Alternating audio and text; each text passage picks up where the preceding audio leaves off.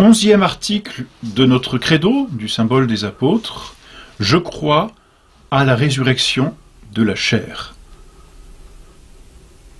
Je crois à la résurrection de la chair. Que signifie cette expression? Cette expression signifie qu'à la fin du monde, tous les corps ressusciteront et seront à nouveau réunis à l'âme. C'est cela la résurrection de la chair. La chair dont il est question, c'est le corps. Ce corps que nous mettons en terre, ce corps qui se décompose, qui redevient poussière, comme le dit la liturgie le jour du mercredi des cendres, lorsqu'elle impose les cendres aux fidèles. Elle dit ceci: souviens-toi que tu es poussière et que tu retourneras en poussière. Ce corps qui retournera en poussière est appelé à ressusciter à la fin du monde. C'est un dogme de notre foi. Ce dogme est affirmé, bien sûr, par toute la tradition, mais il est affirmé aussi par les Écritures. Dans l'Ancien Testament, on trouve cette parole de Job: « Je sais que mon Rédempteur est vivant, et qu'au dernier jour, je ressusciterai de la terre, et que de nouveau, je serai environné de ma peau, et que dans ma chair, je verrai mon Dieu. » Voilà pour la résurrection de la chair affirmée dans l'Ancien Testament. Dans le livre des Maccabées aussi, on a cette parole: le roi du monde, c'est-à-dire Dieu, créateur et roi du monde, le roi du monde nous ressuscitera à la résurrection de la vie éternelle, nous, morts pour ses lois. Tous ceux qui sont dans le tombeau, dit encore l'Écriture, entendront la voix du Fils de Dieu et en sortiront, ceux qui auront fait le bien pour ressusciter à la vie, mais ceux qui auront fait le mal pour ressusciter à leur condamnation. Notre Seigneur lui-même a affirmé cette vérité: « Celui qui mange ma chair et boit mon sang a la vie éternelle, et je le ressusciterai au dernier jour. » Et puis on se souvient, n'est-ce pas, parce que ce dogme qui peut nous paraître impensable, ou parce qu'il défie certainement les lois de la nature, c'est entendu, on se souvient de notre Seigneur auprès du tombeau de Lazare. Lazare est mort et l'Écriture affirme bien sa mort, parce que ses sœurs disent, quand notre Seigneur demande d'ouvrir le tombeau, ses sœurs disent « il sent déjà ». C'est-à-dire que la corruption est déjà avancée. Donc là, il y a un signe évident de la mort et donc du début de la décomposition.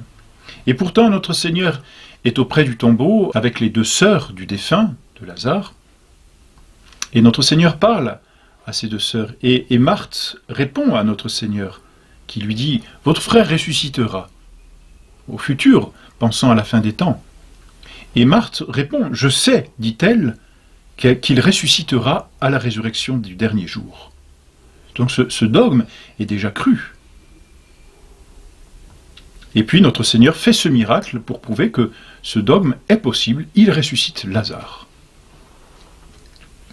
Voilà, et puis ensuite, eh bien, le concile du Latran, 4e concile du Latran, aussi affirme comme étant de foi cette vérité de la résurrection des morts au dernier jour. On peut apporter à cela quelques arguments de la raison. Ce sont ce que l'on appelle des arguments de convenance, parce qu'ils ne sont pas des preuves absolues. Mais notre âme et notre corps ne sont pas deux substances qui sont jointes l'une à l'autre. C'est un tout. Nous sommes un tout composé d'âme et de corps. Et donc il y a comme un appétit, peut-on dire, de l'âme au corps. Et puis il y a aussi une convenance extrême, c'est que ici-bas, notre corps est l'instrument de nos actions. Nous agissons toujours avec notre corps. Ce que nous faisons, nous, par notre âme, nous le faisons aussi avec notre corps.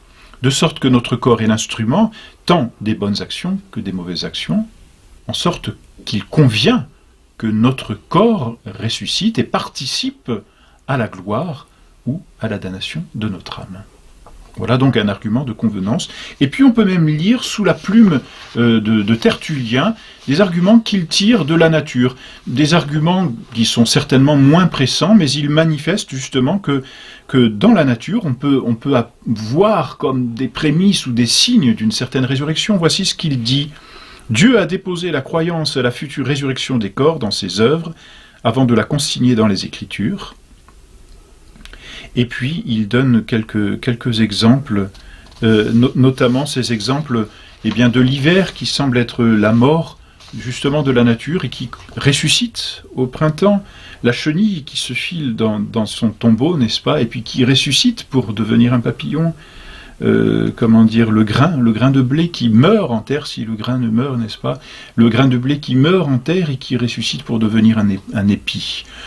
Voilà, autant de figures, autant d'images que l'on peut même trouver dans la nature et qui manifestent justement au moins cette possibilité de la résurrection des corps.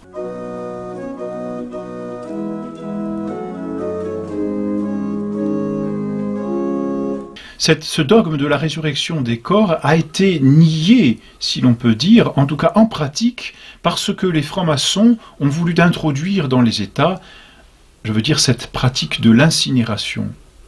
Par cette pratique de l'incinération, on veut faire croire que le corps ne peut pas ressusciter parce que finalement cette poussière qu'il devient rend impossible la résurrection du corps. Alors, ce qu'il faut répondre d'abord, c'est que Dieu est tout-puissant. Dieu n'est pas limité par nos simples moyens.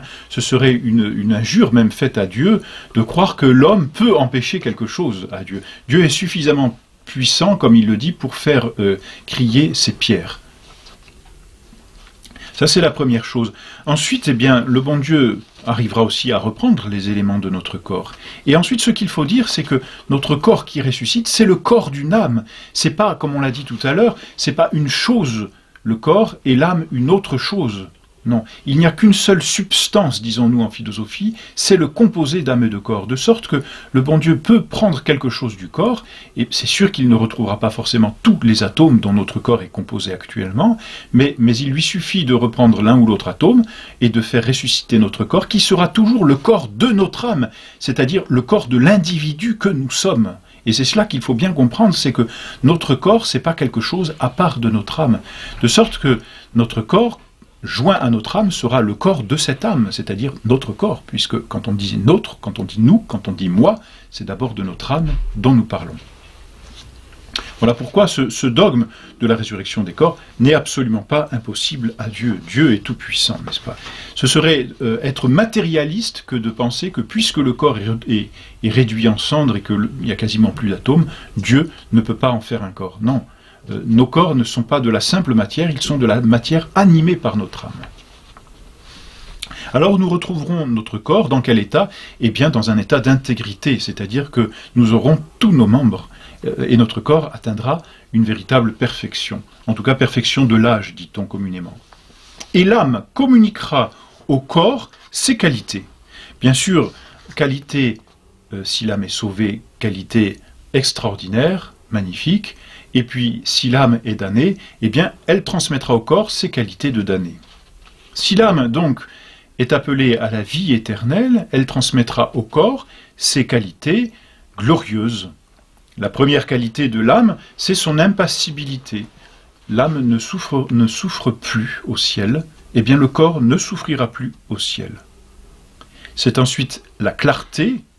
Eh bien l'âme communiquera au corps cette clarté que les apôtres ont pu voir d'ailleurs, et de notre Seigneur ressuscité, et en même temps de notre Seigneur lorsqu'il est monté sur cette montagne, le Tabor, où il a été transfiguré.